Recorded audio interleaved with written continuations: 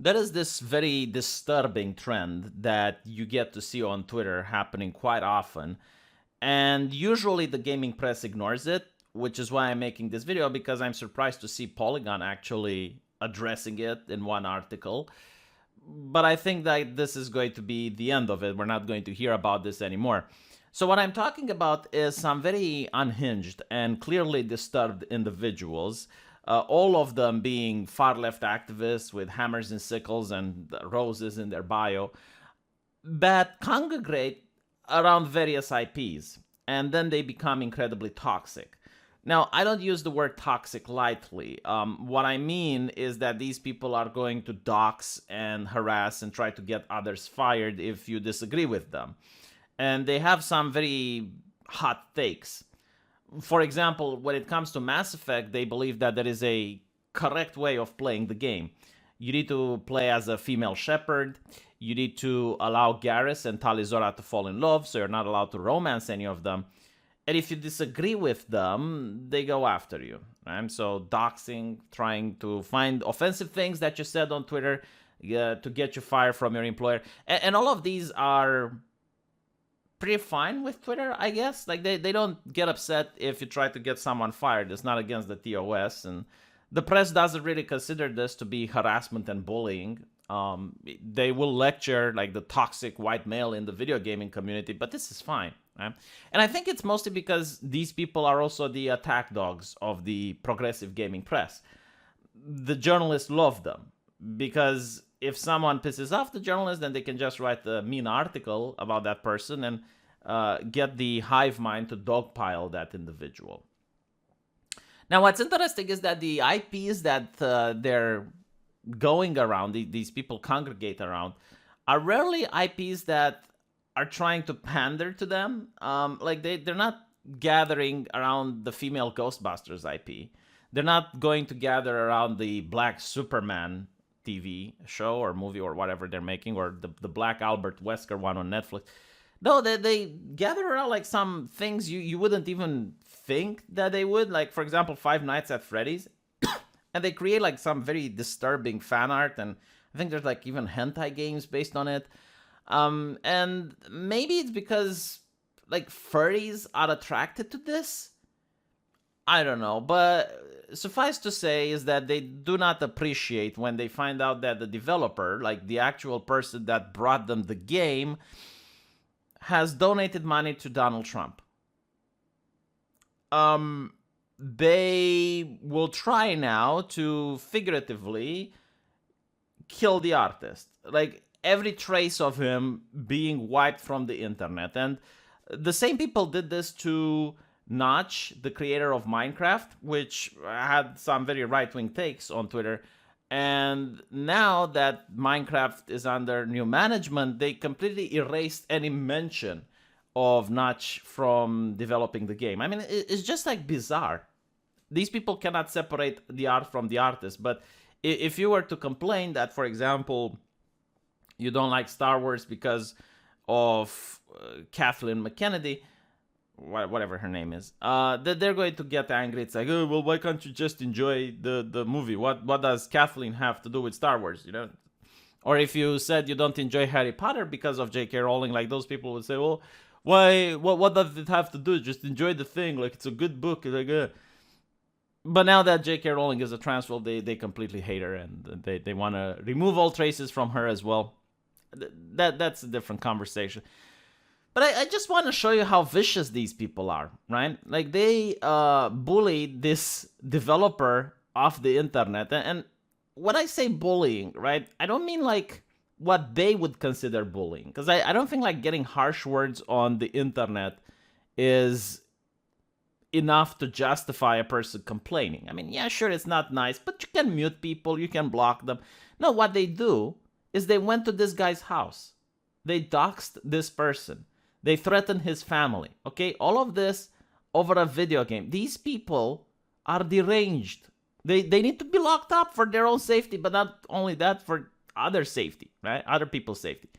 I mean, look here. This is what the guy is saying. I've debated greatly how best to address this, including not addressing it at all. But with so many people from the LGBT community in the fan base that I love, that's not an option. I like to think that the last 7 years would have given me the benefit of the doubt in regards how I try to treat people, but that I was trending on Twitter for being a homophobe, getting doxxed with people threatening to come to my house. My wife is 6 weeks pregnant and she spent the last night in fear because of what was being said online. She has already been struggling with her pregnancy, so seeing her afraid really scared me. Okay, so just to be clear, it's not about how you treat people. All right, like if you look at how these people treat others, the activists, how they treat others, they're some of the most vicious people on the internet. So no, it's not about how you treat people. The problem is that you donated money to Donald Trump. That's it. That's literally it.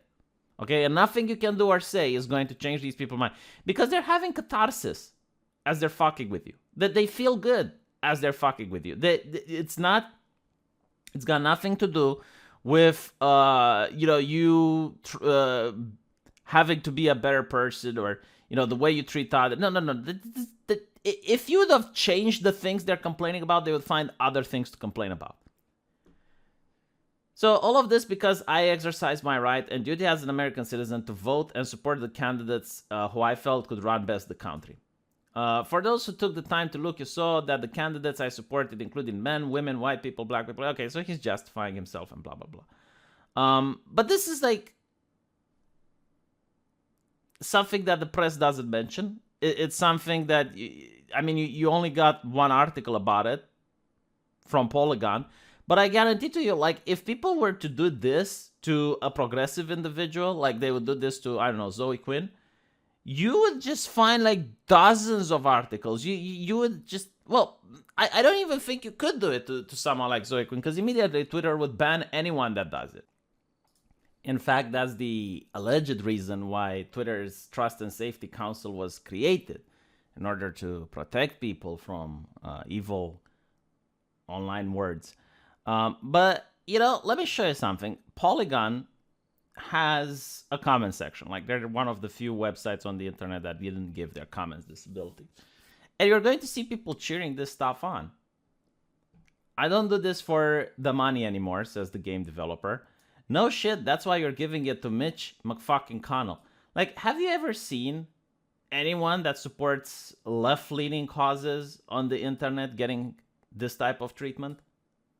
Seriously, like, have you seen anyone who donated to, I don't know, AOC, Bernie Sanders, Ilhan Omar, and getting, like, harassed by unhinged people? But for some reason, the right is evil, right? People saying this is good. Other people saying that it's a good thing that he doesn't create video games anymore. Calling him a fascist. So let me get this straight. You have an entire community of deranged individuals attacking this guy, doxing him, threatening his wife, but he is the fascist. Honestly, it's like beating someone and calling him violent while you're beating him. I genuinely, like, don't get it. And I know, like, some people might say, well, hold on a little bit, V, It's like, it's just mean words on the internet. Like, why are you saying that? Dude, if this was happening to any left-leaning person, okay, if it was happening for a game developer for donating money to AOC, and people would threaten his family and whatnot on the internet, the progressives would scream bloody murder. So why should we change the rules in the middle of the game? Like, the rules are set. You're not allowed to do it. In fact, you're violating Twitter's TOS, right? I have seen people getting banned on Twitter for misgendering someone. So some people get stopped for a broken tail light. Other people get to run others over and nothing happens to them. But the thing, like, really annoys me the most, I suppose, is that if I genuinely like this individual and I want to play more games made by him, well, now I can't. Now I can't, because you have some moral busybodies, some twats, which positions themselves between myself and the developer, so I can't purchase the product. They're literally the modern version of the 1 Million Moms activist group, which sanitize your television for your own safety. Because that's the problem. Like, these people are such a vocal minority. I mean, look, 80 comments. 80 comments. Like, I'm curious just how many people clicked on this article. I would be shocked if there's more than 500 people. And on the internet, that's a very small number. But there's millions of people that probably heard about Five Nights at Freddy's, or at least tried to play the game. Yeah? So it's really interesting just how like a very, very small, unhinged group of people get to dictate morality for the rest of us. And at the end of the day, it's not about bullying this developer, okay? It's just like them getting catharsis and really enjoying it, hurting another person. And I guess like the indirect cause is like, hey, if you're in the video gaming industry, best be careful that you donate money to AOC and not someone else. If you donate to someone else, I'm going to go after you and threaten your pregnant wife. Very progressive, isn't it? Let me know what you guys think, and I'll see you in the comment section.